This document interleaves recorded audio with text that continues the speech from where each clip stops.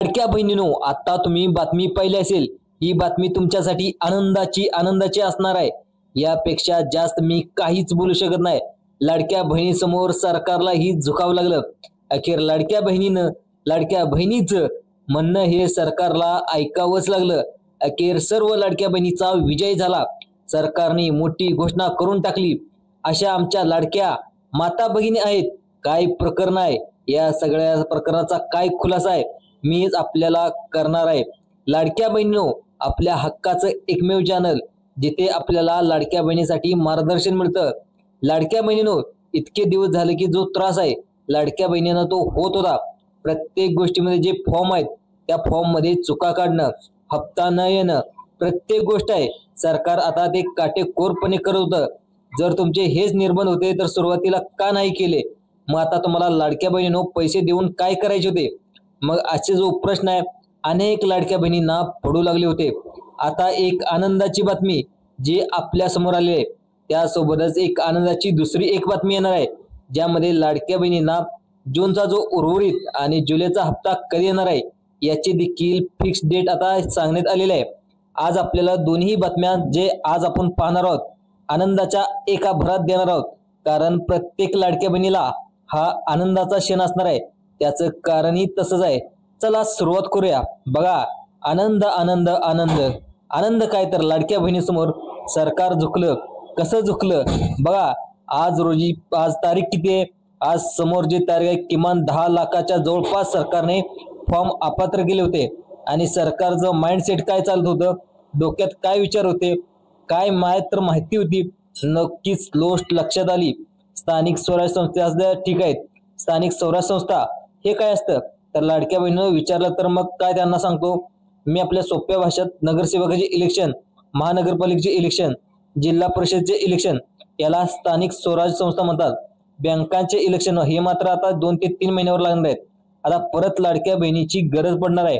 मग आता लाडक्या बहिणी इतक्या चिडल्या होत्या कारण एक तर फॉर्म अपात्र आहेत, का अपात्र होत आहेत ते देखील त्यांना माहित नव्हतं।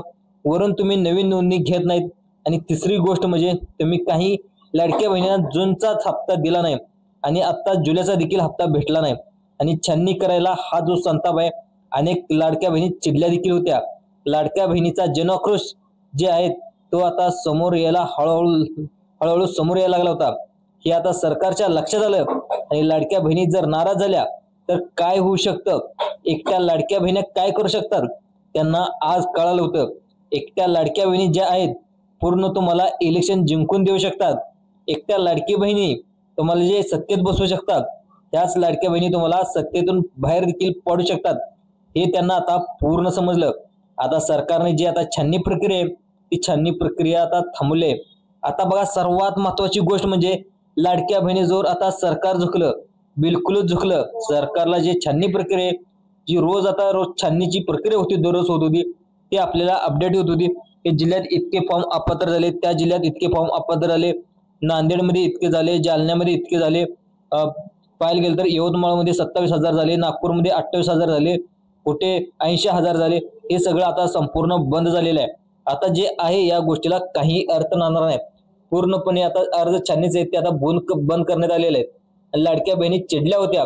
लाडक्या बहिणी कशामुळे चिडल्या हे ठीक आहे, तुम्ही एखाद्या कायद्यात बसत नाही, त्यांना तुम्ही काय करू शकता, काय करायचं जे तुमच्या हिशोबाने तुम्ही साधा।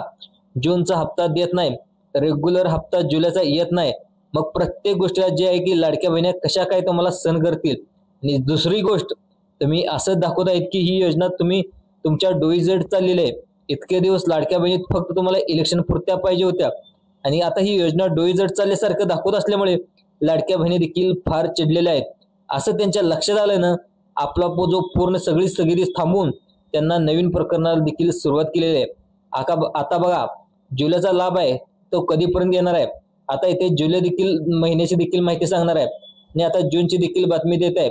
जून आणि जुलैची कारणं त्या लाडक्या बहिणी परत नाराज होतील आणि बघायला तर आम्हाला जूनचा हप्ता नाही, जुलैचा काय सांगता हो तुमच्यासाठी पण जून आणि जुलै एकत्रितपणे तुम्हाला टोटल 3,000 रुपये मिळणार आहेत आणि जुलैच्या हप्त्यावरना फक्त आता 1,500 रुपये मिळणार आहेत। मग हे कधी येणार त्याची डेट देखील आलेली आहे। 5 तारीख ऑगस्टची शेवट असेल, सुरुवात होईल 28 ते 29 तारखेपासून एंड होईल ऑगस्टच्या 5 तारखेला, म्हणजे तुम्हाला ऑगस्टच्या 5 तारखेला याच्या आतमध्ये सर्व पैसे टोटल तुम्हाला 3,000 रुपये भेटतील. बाकीचे जे जुलैच्या हप्त्यावाल्यांना रेग्युलरचे, म्हणजे तुम्हाला एक गोष्ट लक्षात ठेवा, ज्यांना 11वा हप्ता भेटला त्यांना 12वा हप्ता प्लस 13वा हप्ता भेटणार आहे, आणि ज्यांना 12वा हप्ता भेटला त्यांना फक्त 13वा हप्ता भेटणार आहे. हे सगळं एका धारेत आणणार आहेत, म्हणजेच आता 3,000 प्लस 1,500 अशी वर्गवारी चालू होणार आहे. आता बघा, रोज तुम्हाला पाहायला गेलं तर जे फॉर्म आहेत, लाखो फॉर्म आहेत, ते अपात्र देखील करत होते, आणि मामूली नाही, जवळजवळ 1.5 लाख फॉर्म अपात्र झाल्याची बातमी वृत्तवाहिनीने अनेक चॅनल्सने तुम्हाला दिली देखील असेल, तुम्ही पाहिली देखील असेल. 2.5 कोटी लाडक्या बहिणी होत्या, तर त्याच्यामधून जवळजवळ 2,40,00,000 राहिल्या होत्या. फक्त त्याच्यामध्ये 1 मिलियन म्हणजेच 10 लाख फॉर्म अपात्र झाले. आणि एक गोष्ट लक्षात ठेवा, लाडक्या बहिणी हे सरकार आहे ते आता अपात्रच्या प्रोसेसमध्ये सध्या थांबवू शकतं, पण भविष्यात कधीही चालू करू शकतं. आता इलेक्शन आहे म्हणून थांबवू शकतं, मात्र इलेक्शन झाल्यानंतर परत चालू करू शकतं. जे काय कायद्यात तेच फायद्यात, आणि कायद्यात नाही ते तोट्यातच, एवढी गोष्ट लक्षात ठेवा. आपल्याला एक्स्ट्राचे कोणते कायदे कोणते सरकारने लावले नाहीत ना, ते देखील पाहणं गरजेचं आहे.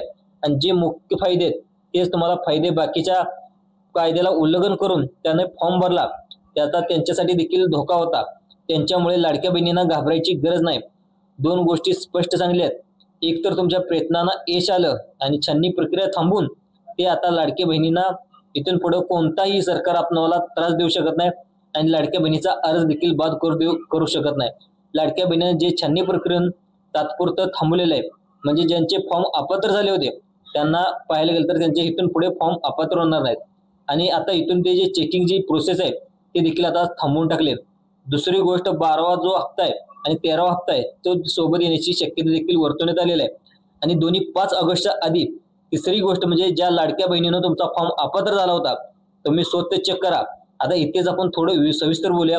जरी आता थांबलं असलं तरी भविष्यात धोका टळलेला नाही. काही गोष्टी समजून घेणं महत्वाचं आहे.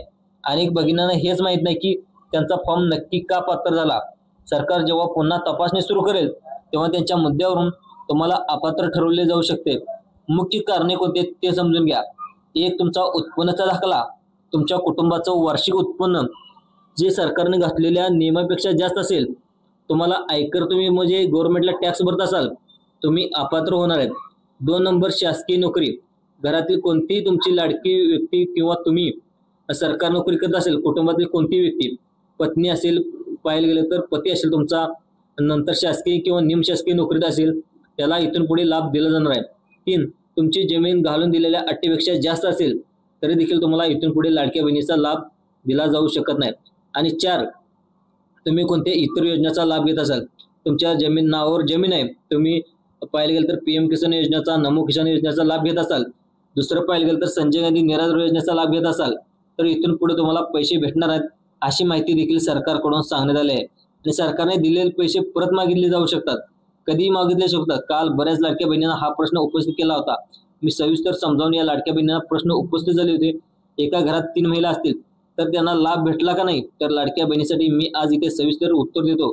शासनाच्या नियमानुसार एक कुटुंब म्हणजे पती पत्नी आणि त्यांची अविवाहित मुले या व्याख्यानुसार एकाच कुटुंबात एकाच महिलेला लाभ मिळत असतो. त्यामुळे हे देखील पाहणं अतिशय गरजेचं आहे. आणि दुसरं, जर सून एकाच घरात राहत असतील, त्यांचं रेशन कार्ड वेगळं असेल तर त्या दोन्ही कुटुंब मानली जातात आणि दोघांनाही स्वतंत्रपणे लाभ मिळू शकतो. पण जर रेशन कार्ड एकच असेल, त्यात सासू कुटुंब प्रमुख असेल, तर सुनीला लाभ मिळण्यास अडचण येऊ शकते. आणि 2 जावा असेल आणि भावांच्या बायका जर दोन्ही भाऊ एकत्र राहत असतील आणि त्यांचं रेशन कार्ड वेगळं असेल, तर त्यांना त्यांच्या पत्नीनं जावांना स्वतंत्र लाभ मिळू शकतो. कारण रेशन कार्ड वेगळं म्हणजे सरकारशी दरबारी तुमचं कुटुंब वेगळं आहे. आई वडील अविवाहित, मुलगी जर आई वडील अविवाहित असेल, तुमची मुलगी अविवाहित असेल आणि आईला लाभ मिळत असेल, तर तिची मुलगी सज्ञान म्हणजे 18 वर्षाच्या वर असेल आणि ती अविवाहित असेल, तिला सुद्धा स्वतंत्र लाभ मिळणार नाही, कारण ती त्याच कुटुंबातील एक भाग मानली जाते. त्यामुळे सर्वात महत्त्वाचं जे कागदपत्र आहे ते म्हणजे रेशन कार्ड. तुमचे रेशन कार्ड स्वतंत्र आहे का ते देखील पाहून घेणं अतिशय गरजेचं आहे. आणि अशाच प्रकारचे आपली माहिती पाहण्यासाठी जे संभाजी अर्जुन तुरा यूट्यूब चॅनल आहे, ते यूट्यूब चॅनलला सबस्क्राईब देखील करायला विसरू नका. धन्यवाद लाडक्या बहिणींनो.